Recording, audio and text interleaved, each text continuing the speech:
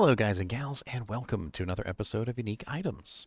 Today we're going to be looking at the Iron Pelt Trellised armor. The Iron Pelt Trellised armor is an interesting piece, and it definitely is a really solid piece of gear for low-level energy shield sorceresses, if not some other characters. One of the main benefits of this armor is the insanely high damage reduction and magic damage reduction, making it a very purely defensive style armor. If you find one in good shape, it actually can hold you over until you can manage to get the Gladiator's Bane for the Energy Shield Sorceress, because this is literally the predecessor to the Gladiator's Bane. As we go over it, I think you'll understand why. So right off the bat, you'll notice that it has 605 defense, which is, it's decent for level 33. We also have a strength requirement of only 61, which is relatively low. It does have a bonus defense of 50 to 100% enhanced, and that means you are going to find this sometimes in a rather poor condition. And the bonus defense that it has based on character level is also going to be very nice, because it's going to give you an extra 3 per character level, based on, obviously, your character level. So if you were, like, for instance, level 30, you would have 30 times 3. If you were level 99, which I believe is what this character is, or is he what? Yeah, he's level 99. You're going to have, 99 times 3, which is 297. And it's going to add to the defense of the armor very nicely. And that's going to stack, of course, very nicely with the enhanced. And if you do upgrade this, it should go pretty nicely in the defense category. We also have a pretty nice little bonus to life here of 25, which at level 33 is actually pretty decent. And then we have a damage reduced by, which varies by 5, so 15 to 20, and a magic damage reduced by, which varies by 6 of 10 to 16. So a perfect Iron Pelt Trellised armor would be 100% enhanced with 20 DR and 16 MDR, which is actually pretty nice. This is perfect for the energy shield sorceresses that are trying to hit those perfect immortal sorc numbers.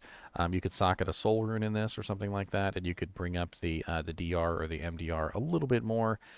Soul runes are pretty easy to come by, and quite honestly, that extra 7 that it provides is going to bring you up from 20 to 27.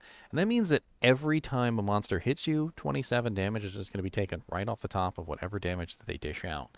And it's pretty impressive when you start going into the energy shield sorceress world, because 95% of all damage is being absorbed by your mana. And then what's left over is going to your HP.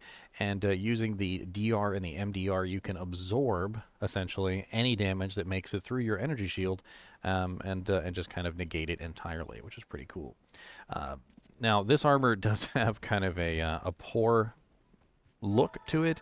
As you can clearly see, my character gets pretty much nothing from nakedness. It looks to me like, let me go stand next to the torch here.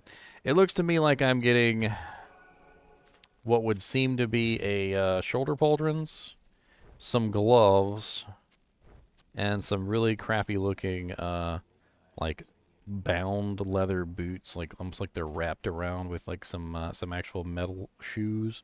Like, not a lot going on there. I mean, definitely a little bit cooler than nothing. But, obviously a lot less cool than something like this. And of course, we also have the ethereal version. So the ethereal version is a little bit more defense, but because a lot of the defense comes from the based on character level on this, we don't really see that ethereal bonus until we upgrade it. As you can see, it's 605 defense on the non-ethereal and 759 on the ethereal. But when we upgrade it, you will see a much bigger difference between the two. In fact, you know what? Let's go ahead and do that real quick. So first we're going to upgrade the non-ethereal version. And let me move myself out of the way so you can actually see. Bink. All right, so we're going to need a Lemmy, a Co, and a Perfect Diamond. And that's going to upgrade from 605 defense, 61 strength requirement, level 33, to 1,215 defense, 111 strength requirement, which is not bad at all, and level 60. A pretty solid little upgrade there. And if we check the Gladiator's Bane, I'm pretty sure Gladiator's Bane has a much higher level than this. Let me just double check here. So the level on Gladiator's Bane is level 85. So this could definitely do you for quite some time until you were able to get hold of the Gladiator's Bane. Because obviously you could utilize this at level 33, and then you can actually, you know, upgrade it, utilize the upgraded version at level 60, all the way up until level 85 when you can put on the Gladiator's Bane, and then you can actually start utilizing the higher, you know, the better item of the two for your Energy Shield Sork. But quite honestly, the Iron Pelt works just fine for quite some time for those characters.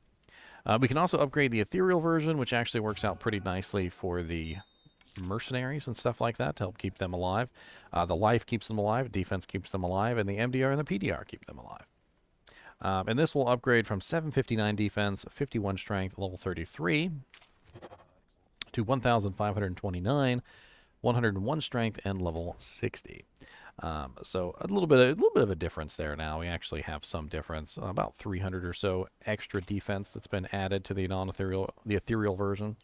Not enough, in my opinion, to really make it worth using over like putting a Zod rune in it or anything, but definitely could be useful on a mercenary just to help keep them alive.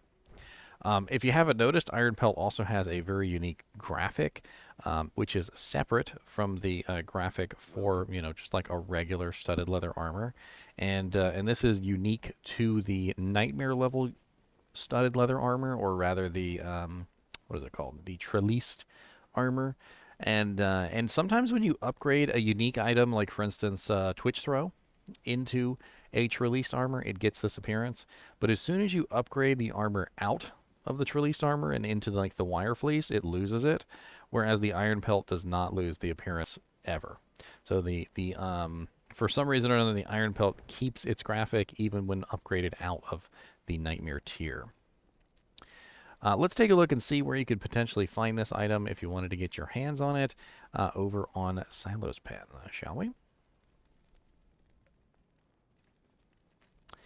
And we are looking at Iron Pelt.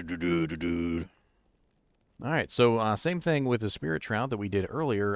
It's going to be 100% magic find because this is a relatively low-level armor at level 33. Let's take a look at the bosses. Bink, bink. And ignore the quest flags. And it does look like Mephisto in Nightmare difficulty is our best bet there at 1 in 1,290.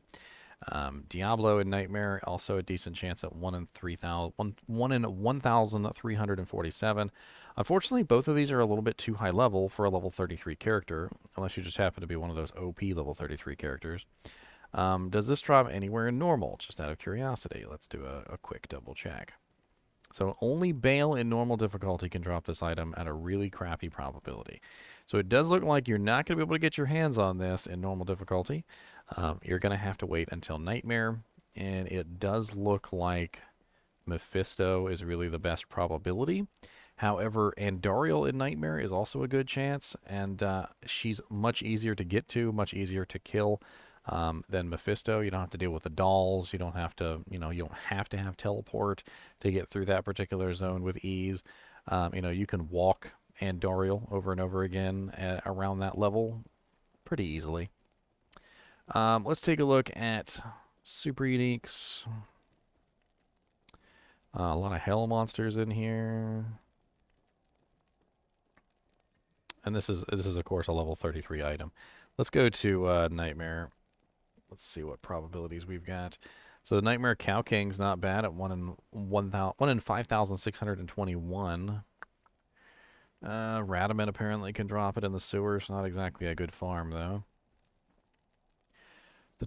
The Dark Elder in Lost City, 1 in 14,674. I'm seeing a lot of terrible choices here. You know what? I'm just going to have to call it. The super uniques are probably not going to be good ones to farm for this. We're probably looking at Nightmare and Dariel. That's probably your best bet right there. I would farm Nightmare and Dariel over and over again if you wanted to get your hands on this, especially at a low level character. Well, anyway, as always, I do appreciate you guys and gals watching my videos, even when we are talking about the hardest of pelts, the Iron Pelt. And as always, keep watching.